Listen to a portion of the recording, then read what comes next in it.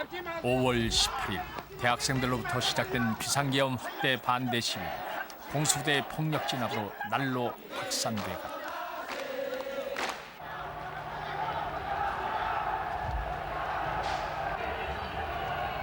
3일째인 전 시민이 참가하는 전민항쟁이 일어나 신군부는 끝내 발포 명령을 내린다.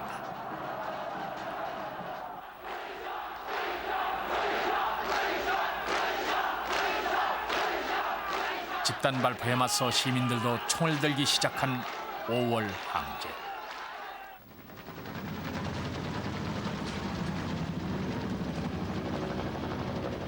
시민군의 무장투쟁에 시 외곽으로 퇴각한 계엄군들은 항쟁의 시위 확산 방지를 위해 무고한 시민에게까지 총뿌리를 겨룬다. 제가 어디를 가보겠습니다. 저는 제가 조사해서 죽여버릴 거다, 이 개새끼다.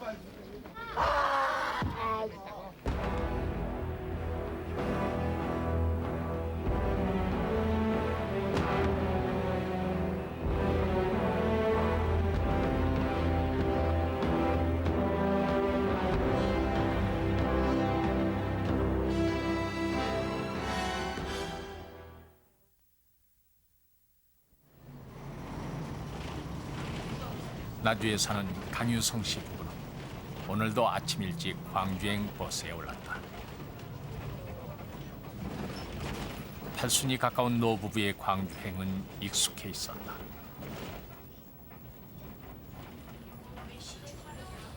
부인 조기녀 씨는 오늘도 쟁반 보따리를 빼놓지 않았다.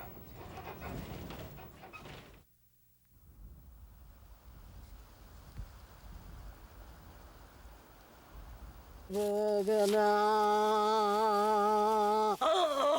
어디 가고 모두 너냐 언제가 만났어. 20년 전 먼저 떠난 둘째 아들을 차마 가슴속에 묻지 못한 채 아침이면 아들의 묘를 찾는 강유성 씨 부부.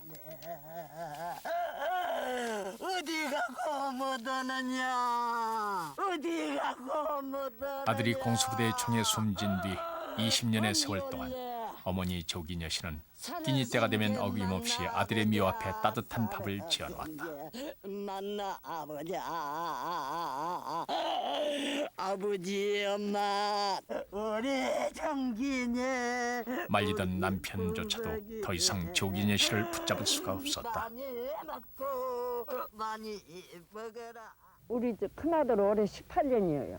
요놈은 20년이고.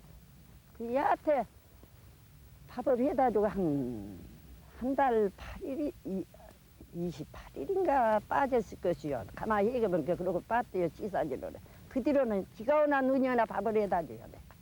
그러다 허리를 끄뻑여가지고 허리를 못 써요. 엄마나 울어. 울어봐도 소용없고 불러봐도 대답도 없는데 어디로 가든 나는 우여. 너무 초상난 뒤가도 울고 매듭시 결혼식은 뒤가도 울고 놈 아들들 걸어가도 맨 눈물 났네. 방아 따뜻한 방을 잠을 안 자요. 나는 부에다 넣었어도 추운 방에서 자죠. 더운 게. 80년 당시 21살이던 강복원. 21일 밤 어머니 꿈에 나타난 강복원은 죽은 자신을 데려가 달라고 애원하고 있었다.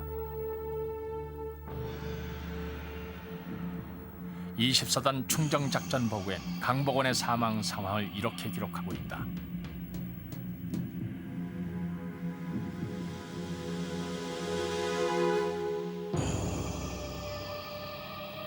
강복원은 맨 앞 버스의 운전자였다. 광목간도로에서 오는데 저희들 앞으로 간 차가 2대가 있었습니다. 근데 그 차들이 어디서 정보를 들었는지 모르겠지만 광주 들어간 입구에서 계엄군들이 산속에도 있다라는 그런 제보에 따라서 그 차들이 앞에서 다시 뉴턴을 해서 2대가 돌아갑니다. 근데 저희 운전기사가 아마 제가 알고 있기로는 그때 나이가 한 26에서 한 7 되지 않았겠느냐 그런 정도로 좀 젊은 분이었는데 자기가 선두 지휘하겠다라고 이제 퇴해서 가게 됩니다. 하는데 그 효천 그 부근에 와가지고 산속에서 총격을 받고 이 기사분이 머리 관통을 했는데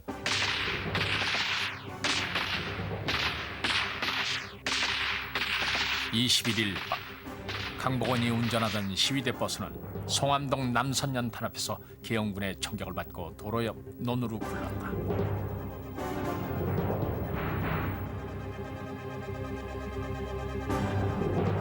머리에 총을 맞은 강복원은 그 자리에서 사망했다.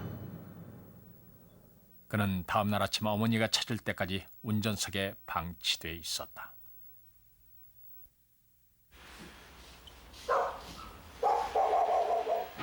(22일) 아침 12시경에 또 이야기를 했죠. 광주를 빠져나오다 계엄군의 총격을 받은 황남열 씨는 다이나 취재진에게 당시의 피 묻은 신분증을 꺼내 보였다.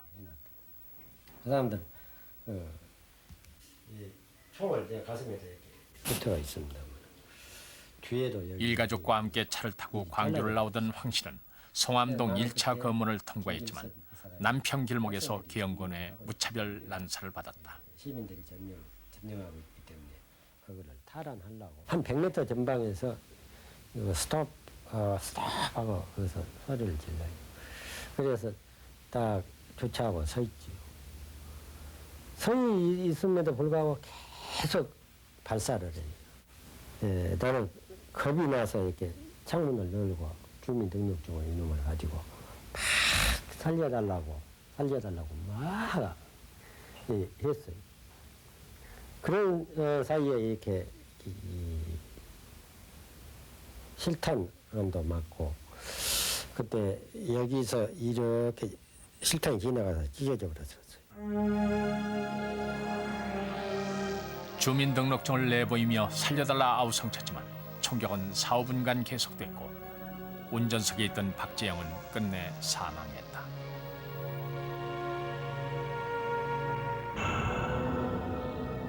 강복원, 박재영을 비롯해 현재까지 밝혀진 송암동 일대 사망자는 모두 5명.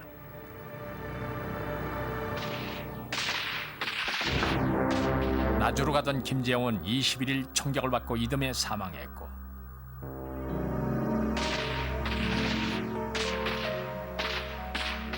(22일) 아침 왕태경은 회사 동료들과 승용차를 타고 광주를 빠져나가다 사망했다.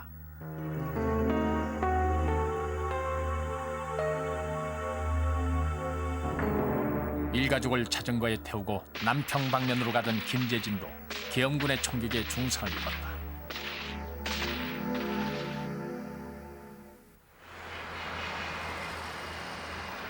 아직까지 송암동 일대의 희생자는 정확히 파악되지 않는다. 21일 밤부터 송암동 일대를 비롯한 광주 진입로는 매복한 계엄군들로 철저히 차단되고 있었다.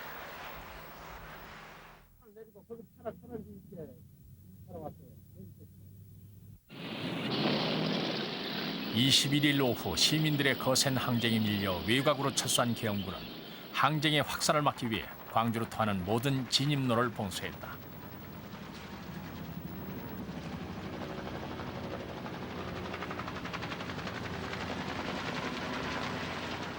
수많은 양민이 학살됐던 광주 고립화 작전. 먼저 주요 지점의 부대별 병력 배치 상황을 보자. 24단과 31사단의 지원 속에 주남마을과 교도소로 배치된 11공수와 3공수.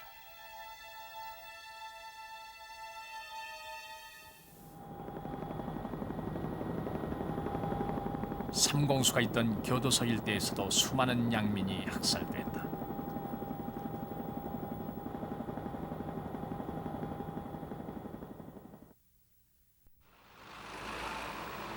특히 3공수는 이곳에서 희생된 사망자들을 모두 교도소 습격자로 발표했다. 그러나 교도소 앞은 담양 곡성으로 나가는 길목이었다. 사람들은 대부분 이곳을 통과하려다 3공수의 총격에 사망한다. 김성수 일가도 마찬가지였다. 아내가 붙들고 군인을 붙들고 우리는 애기들 때문에 진도를 가야 된다. 그러니 그 차를 일단 통과시켜달라. 그러고 구구 사정을 했어요, 군인들한테. 그러나 이 만묵한의 이들은 총을 들이대면서 가라고 거예요. 아, 그러더니 차를 이제 아내가 이제 벌벌 떨고 탔단 말입니다. 타서 이제 나도 타고 돌아섰단 말입니다. 돌아서 갖고 돌머리가 이 약도가 있습니다만 돌머리가 조금 있어요. 살짝. 그 돌머리에 살짝 100m 조금 못 가서 따다닥 하지 그냥 총을 쏴버려요.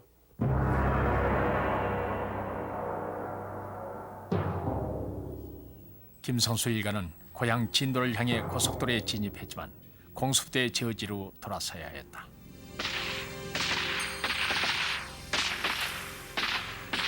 그러나 돌아서는 트럭에 삼공수는 무차별 난사를 가했다.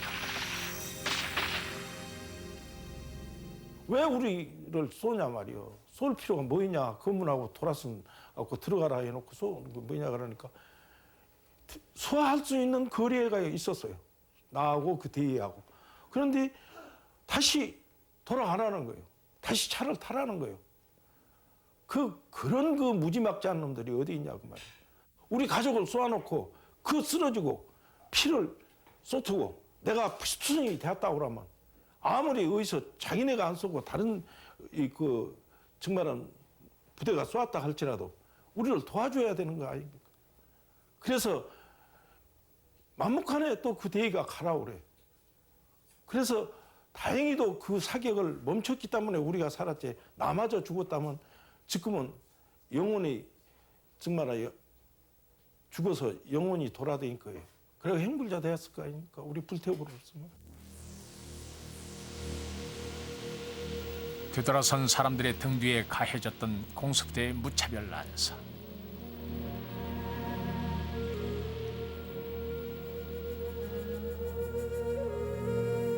부인 김춘화는 머리에 총을 맞고 겨우 목숨은 건졌지만 5년간의 투병 끝에 85년 12월 세상을 떠났다. 97년 발굴한 부인의 유골은 머리 뒷부분이 으깨져 있었다.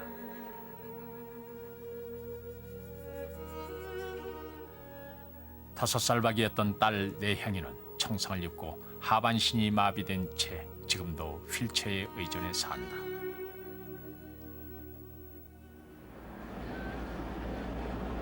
삼공수의 만행은 여기에 그치지 않았다.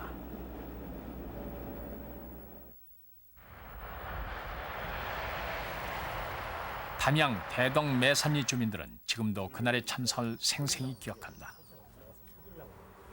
넘었어요. 한 8시 반. 8시부터면 돌이 지내면은 발포를 한다는 당주에서 21일 이승을 등 마을 사람 4명은 농기구를 사고 집으로 오기 위해 교도소 앞을 지나고 있었다.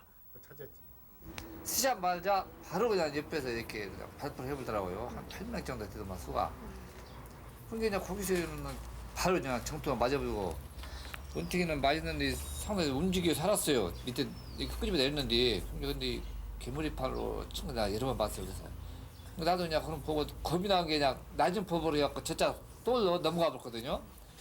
넘어갔는데 만천이가 다리 맞아가지고 꿍 근데 적재하면서 막 이렇게 소리를 내는 게 이제 적재하면서 올라가서 몇 명 탔냐고 물어보대요. 거기서는 정통을 맞아버리고 도가. 총격을 받은 마을 사람들 중 고규섭, 박만천이 그 자리에서 숨지고 나머지 2명은 부상을 입고 도망쳐 나왔다. 그러게 이제 돌아다니다 보니까 여기저기 병원이면 다 돌아다니고 왜 그러냐면은 그 안에 이제 그 차가 나가. 그러나 사건은 여기서 끝나지 않았다. 발견을 했어요. 가족들과 마을 사람들은 죽은 2사람을 찾기 위해 교도소 일대와 시내 병원 등을 헤맸지만 시신은 온데간데가 없었다. 그래서 이제 이제 그렇게 바랬지. 행위는 아니라 실제 그 같이 있기를 안 바랬지 우리들은. 없었지요. 이제 병원에도 없었고 시체들 있는데도 없었고 그렇게 이제 형무소 안에 묻어놨으니까 우리는 찾아다니기도 몰랐지. 그러니까 내가 형무소 옆에서 그 구인들하고 내가 막 멱살 잡고 싸웠습니다. 너가 어디 있는가 가르치면 더라. 어디 있는가 막 가르치더라고 막 구인들하고 내가 진짜 씨름도 많이 했습니다. 그래서 그래도 말을 안 해요 이 사람들이. 형무소 안에 묻어만 놨다 해도 우리가 헛고생 덜 했을 거 아닙니까? 덜 찾아다녔지. 억울하게 식구가 죽었는데도 말도 제대로 못 하고 살았어요. 이거 얼마나 억울합니까? 이 한이 좀 풀려야 안도 멀었어요. 이 한 풀리려면은 평생 예 죽어야 있지요. 삼공수는 항쟁이 끝난 뒤에야 광주시청에 감회장 사실을 통보했다.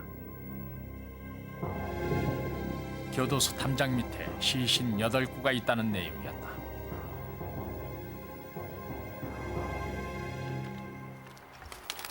시신 발굴에 나선 시청 직원들은 한참을 헤매다 4군데의 표식을 발견했다. 나뭇가지가 꽂힌 곳에 2구씩의 시신이 묻혀 있었다.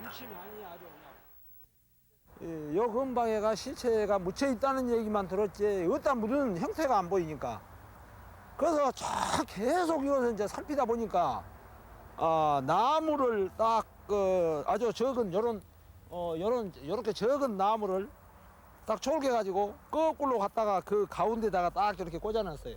이렇게 딱. 그래서 그 지점을 딱 파면 틀림없이 시체가 2구씩 야물게 아주 가마니로 싸가지고 2구씩 묶어서 포개가지고 묻어놨어요. 8구로. 그러니까 예, 그냥 구덩이를 지금 말하자면 4구덩이 팠겠지요.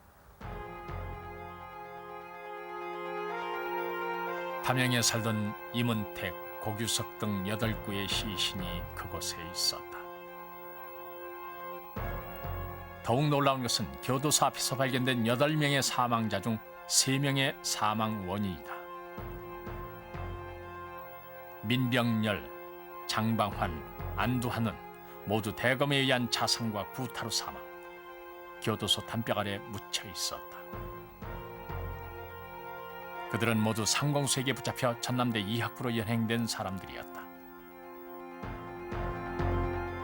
이학부 2층으로 이렇게 계단 올라간 데가 피가 아주 어떻게 많은가. 거기도 바람이 이렇게 막 들어가게 피가 그 묵서놓은 것 같이 이렇게 막 날려. 막 흐느르느르느르 이렇게. 그래서 그 헐끈 게 딱 본 게 딱 보여. 그 많이 묶어놓은 데서 딱 비더라고요. 이게 이제 그날 돌아가신 거예요. 말하자면 그 곤봉으로 때렸을 때 여가 뚫어졌어.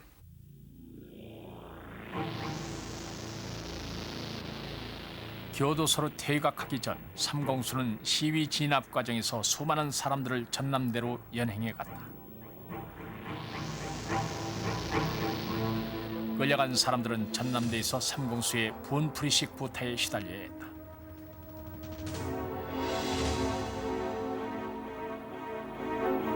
교도소로 이동하는 과정에선 트럭 안에 최루탄을 터뜨린 채 구타했고 교도소 도착과 함께 사망자들을 사진 촬영까지 했다. 그러나 정확한 사망 숫자는 지금도 밝혀지지 않았다. 저녁에 동가마니 위에서 자고 일어났을 때 눈이나 코나 입에 팔이 붙은 사람은 실질적인 시체였어요. 죽은 시체들이에요. 그러니까 그런 상황에서는 저희들이 어떤 과정을 겪더라도 여기서는 살아야 한다는 그런 일념밖에 없었으니까 그 참혹한 관계는 말로도 못하죠. 어렵죠. 단 이제 어떤 뭐랄까 인간으로서는 그보다 더한 것은 있을 수 없다. 그렇게 생각합니다. 교도소 탑 밑에서 감회장된 상태로 발견된 시신 8구 중 3구는 시위 진압 시 연행된 뒤 구타로 숨진 사람들이었다.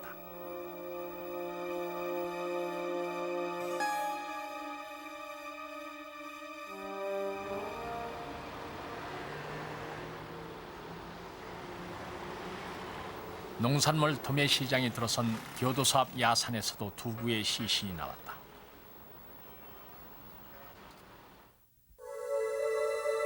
(22일) 사망한 최연락과 서만호는 삼공수에 안매장된 뒤 10일 후에야 가족들에 의해 발견된다. 그 서만호 씨는 교도소 앞에서 그 계엄군이 쏜 총탄에 의해서 사망을 했는데요.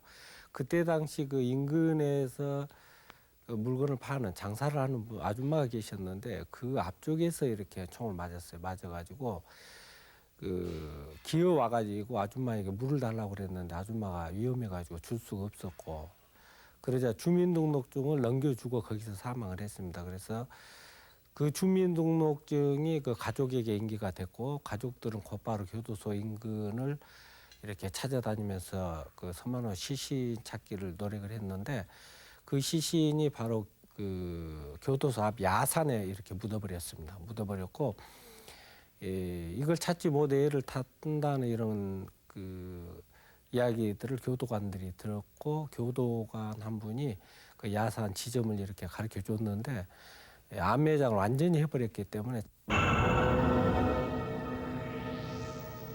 발굴 당시 가족들은 그 일대를 한나절을 헤매 다녔다. 삼공수는 두 사람의 사망을 감추기 위해 감쪽같이 암매장을 한 것이다. 때를 전체적으로 아주 그 일단 평지와 똑같이 때를 입혀버렸기 때문에 가족들이 사흘 동안 찾으면서도 그걸 못 찾았죠. 그 길 계속 왔다 갔다 하면서도 못 찾았다라는 거죠. 예, 거기에는 체일 낚시하고 같이 이렇게 매장이 돼 있었던 것으로 저희들이 확인을 했고요. 회사원이던 최연락은 출근한다며 집을 나간 지 10일 만에 암매장 시신으로 발견됐다. 결혼한 지 28개월째였다.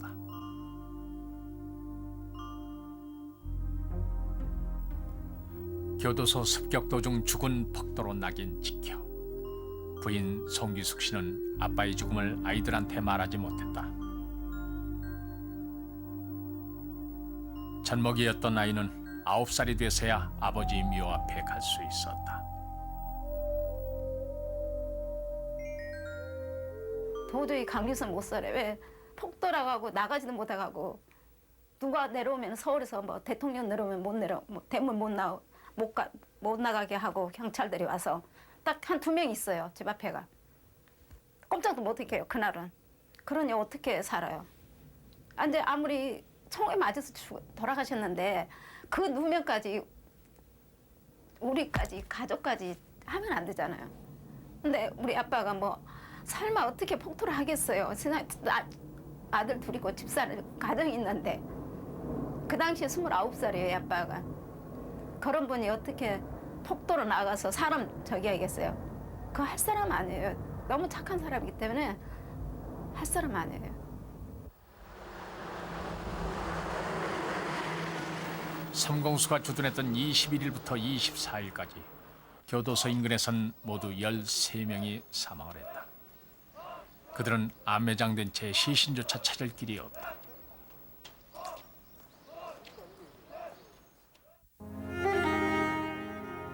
(22일) 교도소 앞에서 죽은 뒤 암매장됐던 서종덕. 가족들은 그를 찾기 위해 참혹했던 시신들의 얼굴을 일일이 확인해야만 했다.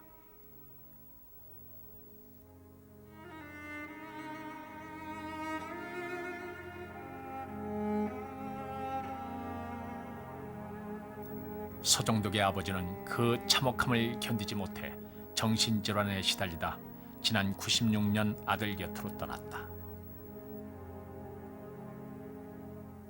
아니 우리 아버지가 그 잠을 안 자. 우리 아들 그러고는 잠을 안 자더라고.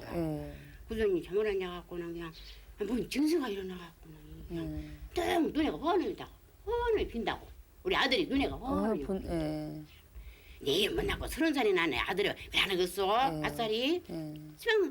시방도 나도 시방도 잠이 안 오면 그 20살에 그는 그시가 다 그냥 빈디.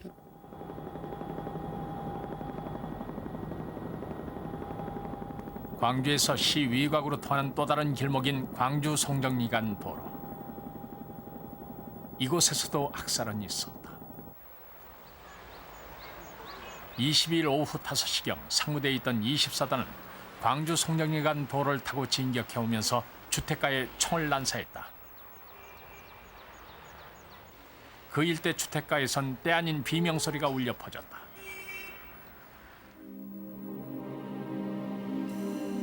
호기심에 옥상에 올라갔던 함광수는 머리에 총을 맞고 그 자리에서 쓰러졌다. 사이클 타고 나가다가는 차가 이상한 것이 이제 올라가고는 2층으로 올라가고 옥상에 올라가서 이제 지기 동생이 2층에 방에 가서 성 무슨 게 가지고 올라가지만 게 날랑 내다보고 어깨에 안 끌더라요. 근데 안 내려와서 가서 본 게 이미 죽어 막 내다보려다 그 총을 요 놔두면 사람이 보인다 없디다. 그냥 막 내다보려니까 머리를 쏴버렸죠. 작전을 직접 수행한 24단의 기록엔 그 사건을 어떻게 기록했을까?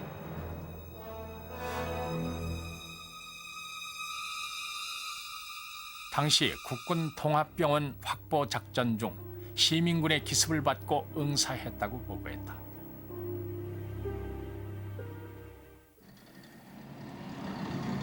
(24단은) 전차를 앞세우고 시내 쪽으로 밀고 들어가 화정동 국군 통합병원부터 돌고개까지 약 1km 구간을 확보했다.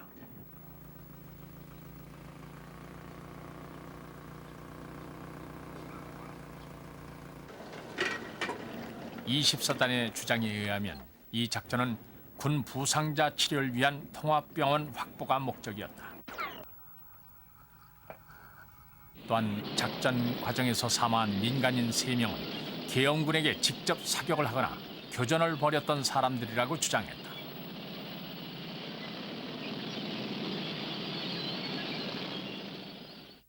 누가 먼저 발포했는지는 정확하게 저는 기억은 없습니다. 지금은.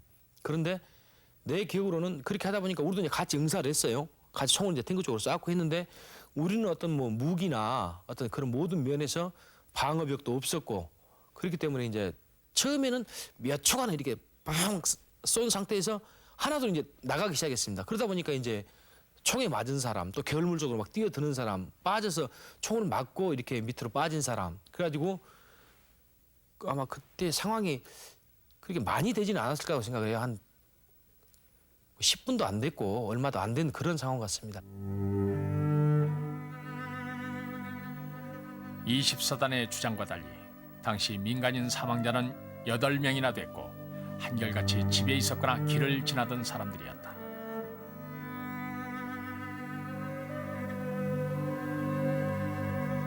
화정동에서 살던 양회남 역시 24단의 시내 진입 당시 현장에 있었다.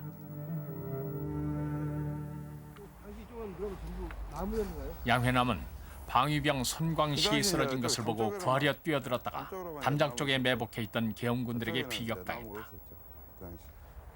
이 점에서 정도 그러죠. 예. 날 올라가니까 지척의 거리에 있던 두 사람은 모두 사망했다. 그런 뜻을. 민간이 그때 당시에는 우리 형님이 뭐 아무것도 없었고 손해가 진 것이 없었고 단지 그 방위병 하나로 꼬고 감디 그걸 쏴본 거죠. 정조를 병행해가지고.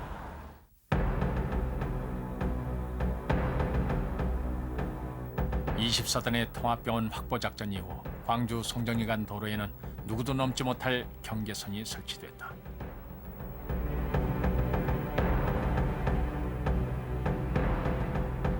시민들은 시민들대로 계엄군의 진입을 막기 위해 바리케이트를 설치했고 계엄군들 또한 철조망을 치고 시민들의 접근을 가로막았다.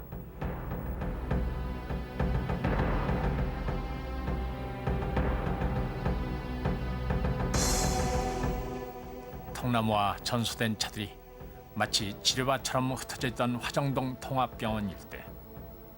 광주 사람들은 이곳을 제2의 판문점이라 불렀다.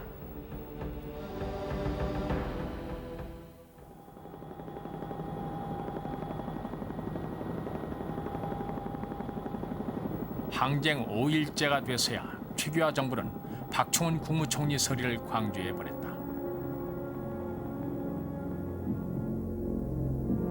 송정리 계엄분수에 들른 박충훈 국무총리 서리는 진압군 측의 일방적인 입장만 보고받은 채 광주를 떠났다. 그날 밤 박충훈 국무총리 서리는 담화문을 통해 항쟁 이후 처음으로 정부의 공식 입장을 발표했다.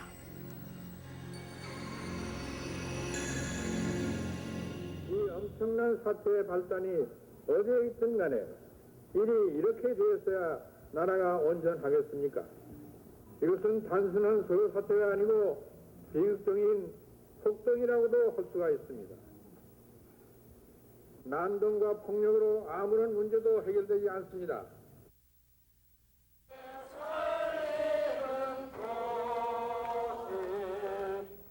국무총리 서리가 온다는 소식에 수만 명의 광주 시민들은 오전부터 도청 앞에 모여들었다.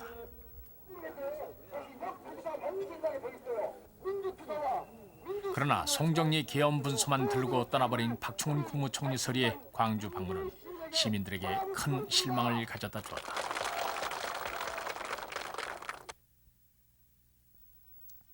광주 시민들이 더욱 분노한 것은 공수부대의 총칼에 찢겨진 광주의 상처는 뒷전인 채 폭동의 도시로 매도하는 정부의 태도 때문이었다.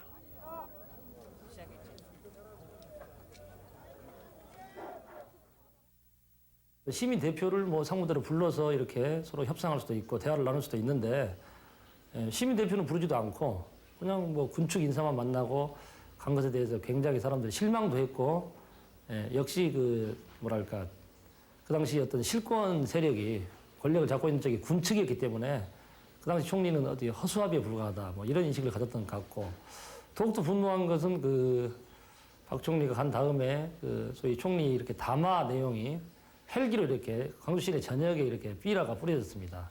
그 내용을 보면은 지금 광주 시내 특히 중심부 도청은 일부 폭도가 장악하고 있고 굉장히 무질서한 이런 상태다. 농심라면 제공 TBC 6시 뉴스입니다. 그동안 침묵으로 일관하던 신문과 방송에서도 22일을 기점으로 일제히 광주 상황을 보도하기 시작했다. 광주 상황위원회 보고를 받고 그 대책을 논의했습니다.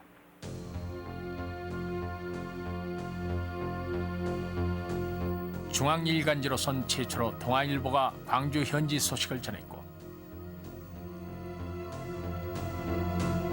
뒤이어 다른 일간지들 또한 광주 소식을 사회면 머릿기사로 싣기 시작했다. 그러나 계엄사에 의해 철저히 검열, 대부분 왜곡되거나 신군부의 입장만을 대변했다.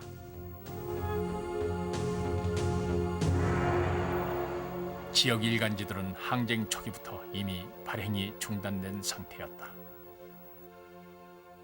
철저히 광주를 고립시키는 방법으로서 언론 보도를 통제를 하고 또 이 군부가 그건 확실하게 학문적으로 확인되지 않은 사실이나 그런 가능성을 지금 가지고 논란의 대상이 되고 있는데 이렇다면은 신군부가 광주를 타겟으로 해가지고 소위 반대 세력, 민중들의 반대의 세력의 힘의 확산을 막는 방법으로 광주를 타겟으로 삼아서 무자비하게 포갑함으로써 이제 어떤 민중들의 힘을 꺾어버리려고 하는 그런 차원에서 이제 1차적으로 맨 먼저 칼을 들이댄 곳이 이른바 언론기관이 아니었냐 이런 시각들도 없지 않아 있습니다. 특히 광주 소식과 나란히 실린 김대중 내란 음모 사건 중간수사 발표는 항쟁에 나선 광주 시민들을 더욱더 고립시키는 결과를 초래했다. 22일 신군부의 김대중 내란 음모 사건에 대한 최초의 언급은 18일부터 21일까지 진행되었던 광주에서의 학살에 대한 자기 합리화의 성격이 강하고요. 다른 한편으로는 일단 후퇴한 신군부가 다시 광주를 탈환하기 위한 그런 기본적인 전제 작업으로서 22일부터 26일까지의 지속적인 끈질긴 심리전이 시작되는데 바로 그런 심리전의 출발이라고 생각을 합니다. 그 심리전의 핵심적인 내용은 첫째는 광주항쟁의 참여자들이 폭도, 불순분자들에 의한 것이었고 정치적인 책임을 김대중 씨와 연결시켜서 생각하는 김대중 씨에게 정치적 책임을 전가하는 그러한 작업의 일환이었다고 생각을 합니다. 계엄군이 휩쓸고 간 쓰라린 상처가 채 아물기도 전에 광주 사람들은 또다시 외로움에 시달려야 했다.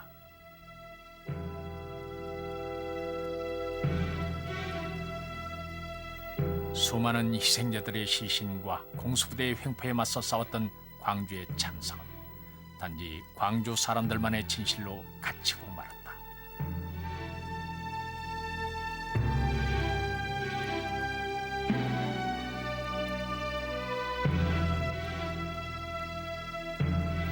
광주 사람들이 아니면 아무도 믿지 않았고 이것이 진실이라 아우성치면 폭도로 빨갱이로 몰려 손가락질 받아야 했다.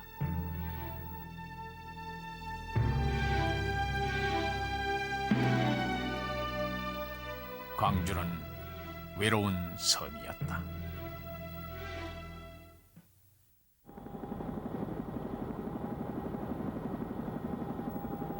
(23일) 광주 화순간 도로에서는 대규모 총격 사건이 잇따라 발생한다.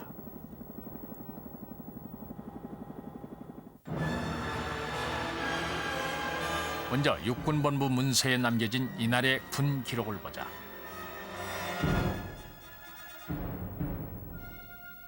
주남마을에 주둔한 11공수는 23일 오후 3시 30분 시위대 17명을 사살하고 3명을 생포했다고 기록했다. 5월 20일 날 저쪽 광주 시내 쪽에서 마이크로 버스가 한 대가 달려왔습니다. 근데 그때 당시 저희 여단 1개 지대가 이곳을 방어하고 있었는데 마이크로 버스 정지 신호를 손을 들었습니다. 병사 한 명이 나왔는데 정지를 안 하고 대신 그쪽에서 먼저 사격을 가해가지고 이제 양쪽에 병사들을 포진하고 있다가 집중 사격을 하게 된 것입니다. 예, 집중 사격을 해가지고 거기 있는 분들이 약 10여 명 이상이 살상을 당했고. 광주에서 화순으로 가던 버스는 주남마을 앞에서 공수부대의 집중 사격을 받고 버스에 타고 있던 18명 중 15명이 적사하고 3명이 부상당했다.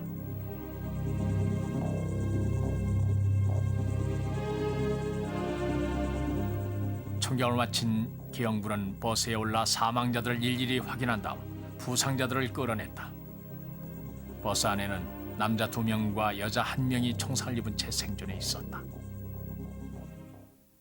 23일 1시 40분경 주남마을에 마을 통장이라는 분이 있어요.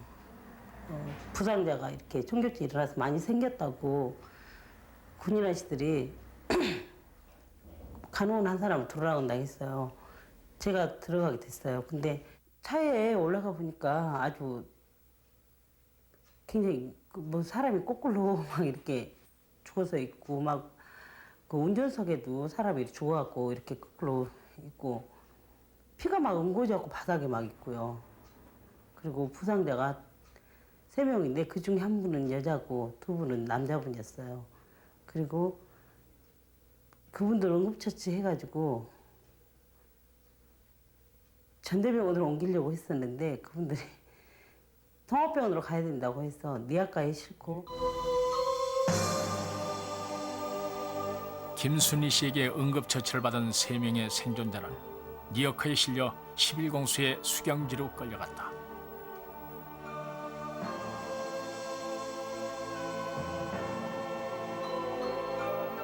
끌려온 3명의 부상자 중 남자 2명은 처리하라는 명령이 내려져 숲속으로 끌려간 뒤 차례로 사살당했다.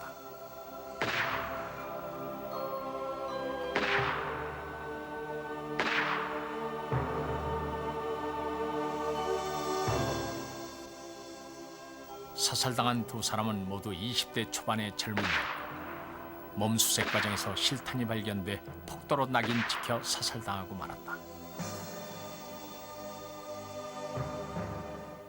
국회에서의 증언, 감정 등의 유일한 생존자가 된 홍금숙은 지난 88년 청문회에 출석해 당시 상황을 증언했다. 이제 그 뒤로는 어쨌습니까? 그 정의는 그냥 거기에서 헬기에 실려서 바로 그냥 옮겨졌습니까? 바로 헬기에 실려진 게 아니라요. 예. 한참 동안 거기에 막 도착해가지고요.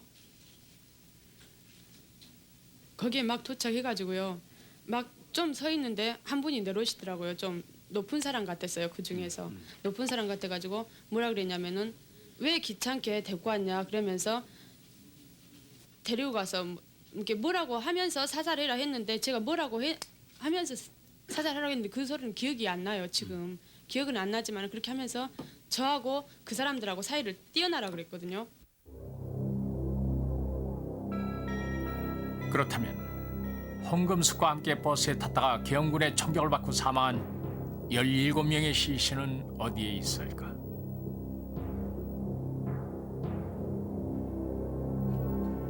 항쟁이 끝난 다음 날인 28일. 주남마을 입구 도로변에서는 모두 7구의 시신이 발견됐다.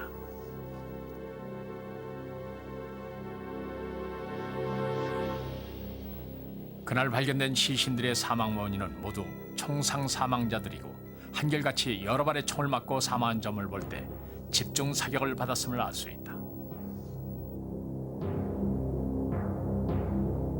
그렇다면 한 곳에서 발굴된 7구의 시신이 바로 홍금숙이 탔던 버스의 동승자들이었을까? 그러나 사망 시간이 달랐다. 7명의 사망 시간은 모두 23일 오전 9시. 전교사 작전 상황 일지에 기록된 홍금숙이 탄 버스의 사건 발생 시간을 보자. 오후 3시 30분이었다.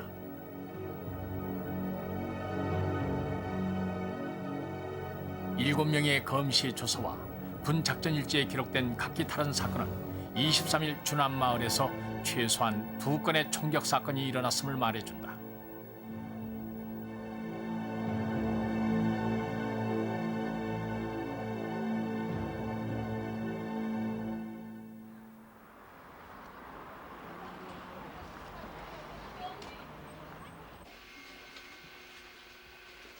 취재팀은 광주 시내병원에서 80년 5월 23일 주남마을 인근에서 부상당한 사람을 추적해봤다.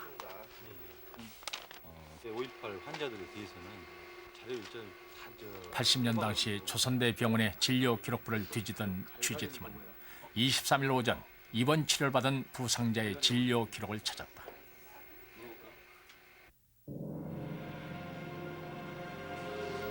부상자 강혜중 씨가 주남마을 앞에서 총상을 입은 것으로 기록돼 있었다. 진료 일시는 80년 5월 23일 오전 10시였다. 그 버스 바로 밑에 있는 시장로 바로 밑에 그 고랑이 없는 엎져서 있는 저희 둘째 딸이 꼭 죽은 것 같아요. 지 마음에. 그래서는 총이 좀 늦거머니까는 지가 거기를 이러고 죽게 들었지요. 이제 엎져갖고 있다가. 그래서는 이러고 들고는 향님아 그러고 부르니까는 총이 그냥 빵 소리가 나대요. 지키에도 빵 소리가 났어요. 그 순간에 제가 하나님 아버지 갈 길을 인도해 주시오. 그러고는 지가 막 버릴 걸로 광주 쪽 있는 데로 막 온 것 같아요. 지가 지금 생각해도 막 갔어요. 그 순간에. 그러다가 제가 정신을 잊어버린 것 같아요. 신원미상 1명을 포함한 주남마을 앞 사망자들은 오전 9시경 또 한 차례 집중 사격을 받고 사망한 사람들이었다.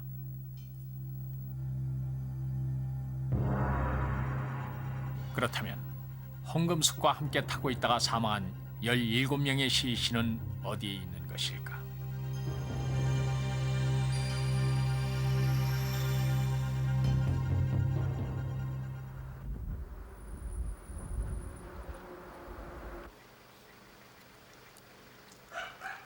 항쟁이 끝난 뒤 주남마을에선 당시 사망한 사람들의 시신들과 관련해 무수한 소문들이 오가고 있었다.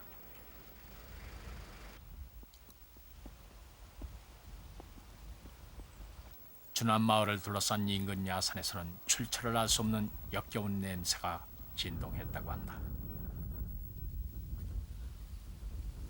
모르시는지 코를 찌를 것 아닙니까?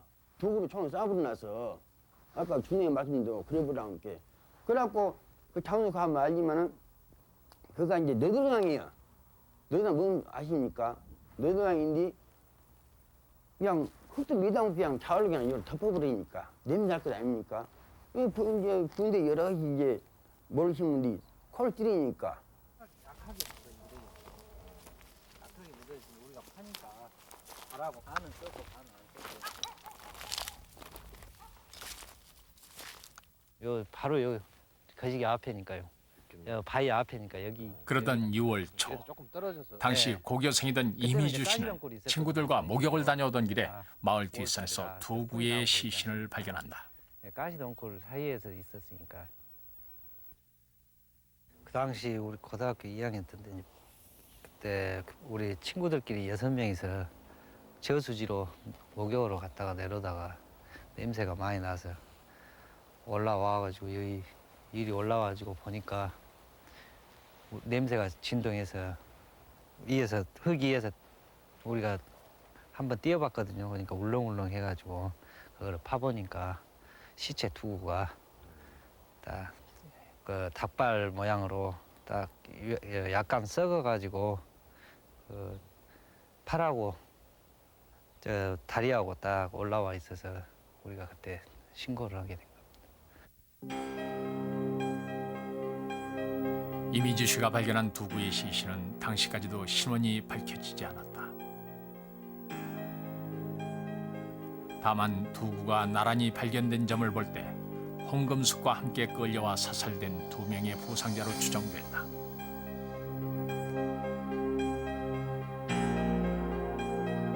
(11공수) 지휘관의 사살 명령에 인근 숲속에서 총살된 2사람. 사살 직전 계엄군들이 신분증을 확인한 2사람은 그중 한 명이 최숙일 씨로 밝혀졌다. 신원을 정확히 제가 알 수는 없지만은 어떤 그때 당시의 참여했던 그 공수 대원으로부터 뭐 양심의 가책을 받았는지 모르지만은 저희 유족의 회장님이신 정승관 회장님을 통해서 당시에 주남마을에서 그 생존자가 3분이 있었는데 그 중에서 2분을 이렇게 사살을 했는데 시신을 수수하는 과정에서 신분증이 나왔다. 그래요. 그런 부분을 최근에 제보를 통해서 접수를 받아가지고 그걸 저한테 알려줘가지고 알게 됐습니다. 그러나 시신 2구 중 어느 시신이 최숙일 씨인지 당시로서는 알 길이 없었다. 결국 2구의 시신은 모두 무명열사로 처리돼 묘지번호 98번과 99번으로 망월묘역에 묻혔다.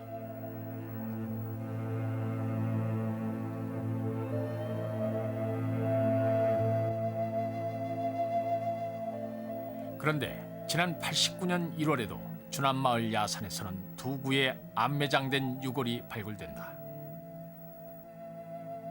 주민 제보에 따라 진행된 이날 유골 발굴 작업은 행방불명자 유가족 등 100여 명의 5.18 관련자들이 참여해 암매장 문제에 대한 높은 관심을 나타냈다.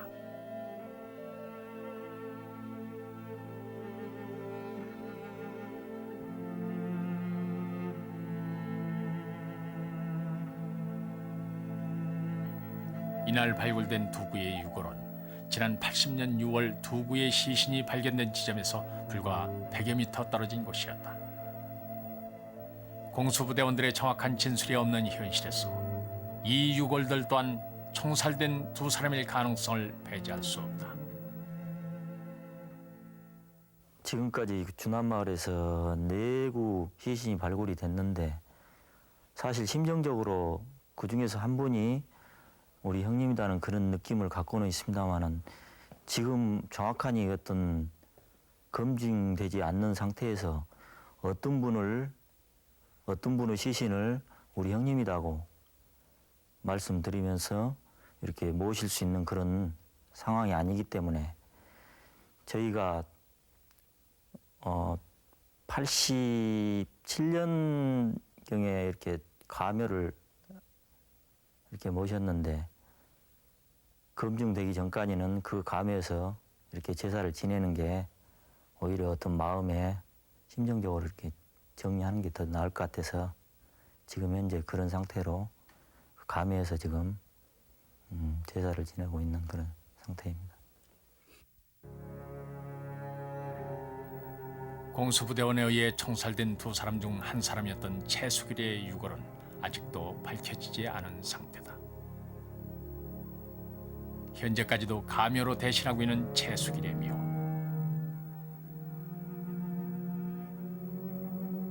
유골 감정을 통한 신원 확인만을 기다리고 있다. 국가수가 그 88년도 그 부흥산에서 나온 유골이 80년 당시에 그 6월에 이게 확인된 시신이었습니다. 그럼에도 불구하고 국립과학수사연구소에서 그 아니다라는 판정을 함으로써 그 피해자들로부터 대단한 불신을 사고 있기 때문에 감정을 하지 않았으면 안 했지 피해자들 입장으로는 국가수에다가 단독으로 맡길 수는 없다라는 그러한 입장입니다. 지금 현재 저희들이 작년에 미국을 다녀왔고요. 그 미국에 있는 EAAF 법이 그 아르헨티나 법 인류학회 지부를 다녀와서 이 아르헨티나 법 인류학회하고 한국의 법학자하고 공동으로 해서 금년 내에 그 발굴하고 감정해서 일단 망월동에 계신 분들이라도 가족을 찾아주는 그러한 일들을 추진하려고 하고 있습니다.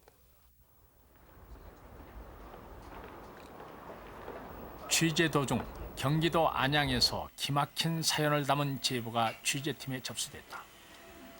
80년 당시 11공수부대원이었던 제보자는 수레에 실려와 사살된 두 사람 중에 자신의 사촌 동생이 있었다고 한다. 수레에 사람이 실어졌으니까 부상 입은 사람이 실어졌으니까 이제 그것을 주머니도 만져보고 하니까 이제 실탄과 주민등록증도 나오고 그때 당시 뭐 1,000원짜리 약간의 돈도 나오고 그랬었는데 그러면서 이제 주민등록증 이름과 주소를 부르고 그래서 이제 예감 이상해가지고 가보니까 사촌 형제간이었다 이거죠. 그때 당시 친척임을 밝혔었고 그 끌고 간 사람도 알면서 데리고 갔으니까. 본인 생각에서는 어떻게 생각합니까? 유족에 대해서. 그러니까 그 후로 그 수레를 끌고 간 사람도 묘한 그 심리적 부담을 느꼈나 제일 타고 경계를 했고 같이 근무를 하면서도 그 사람은 저보다 고참이에요. 끌고 간 사람은. 그리고 그때 당시 지금도 늘 생각이 나는 거죠. 그때 당시 그 수송을 좀 못했다는 거.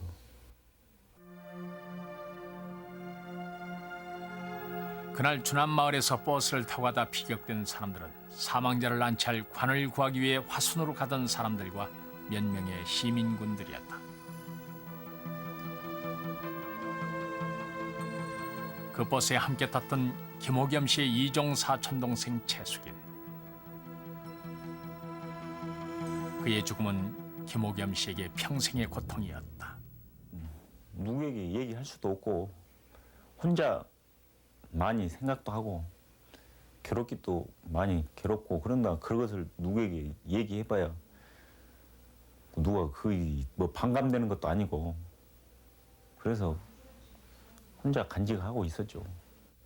그런다고 해서 그게 치유되는 것도 아니고 그렇잖아요. 그리고 이렇게 뭐 공개적으로 한다고 해서 그것이 없어지는 것도 아니고 그렇잖아요.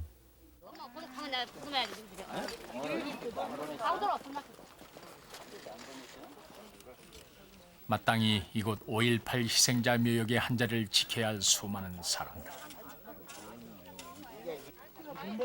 여전히 어디에선가 묘비도 없이 봉분도 없이 안매장돼 있을지도 모르는 행불자들.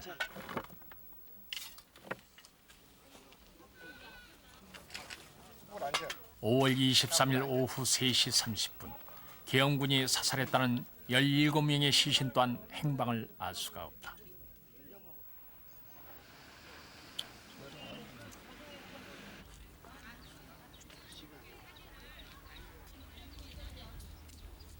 주남마을에서 시신으로 발견된 백대환, 황호걸과 함께 시위에 참가했던 행방불명자 김남선. 총격을 받았던 그 버스에 타고 있었을 것으로 추정되고 있다. 그 시신은 어디로 갔을까? 전부 형구자들이 항구를 못 찾고 안 것이니 이거 어쩔 거예요. 이게 분명히 이 그 공수부대 그 아저씨들이 말씀을 해야 돼요. 이렇게 아무데나 어떻게 하고 어떻게 했다는 것을 자기들이 다 해줘야 돼요. 그래야 그 역사적으로도 남고 또 역시 그 사람들도 역시 자기가 자기 자적으로 한 것이 아니라 위에서 시켜서 하는 일아니요. 이게 기왕에 이렇게 된 일, 응? 뼈라도 어디가 있는가 찾아야 할 것 아니요. 응?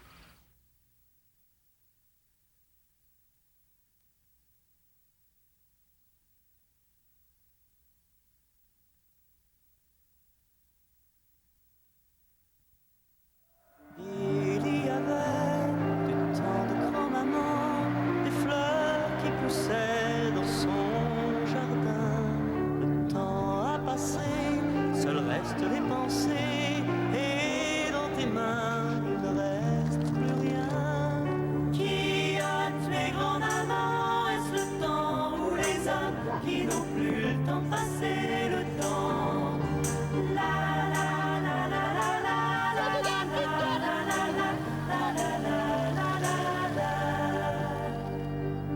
Il y avait du temps de grand-maman, du silence à écouter, des branches sur les arbres, des feuilles sur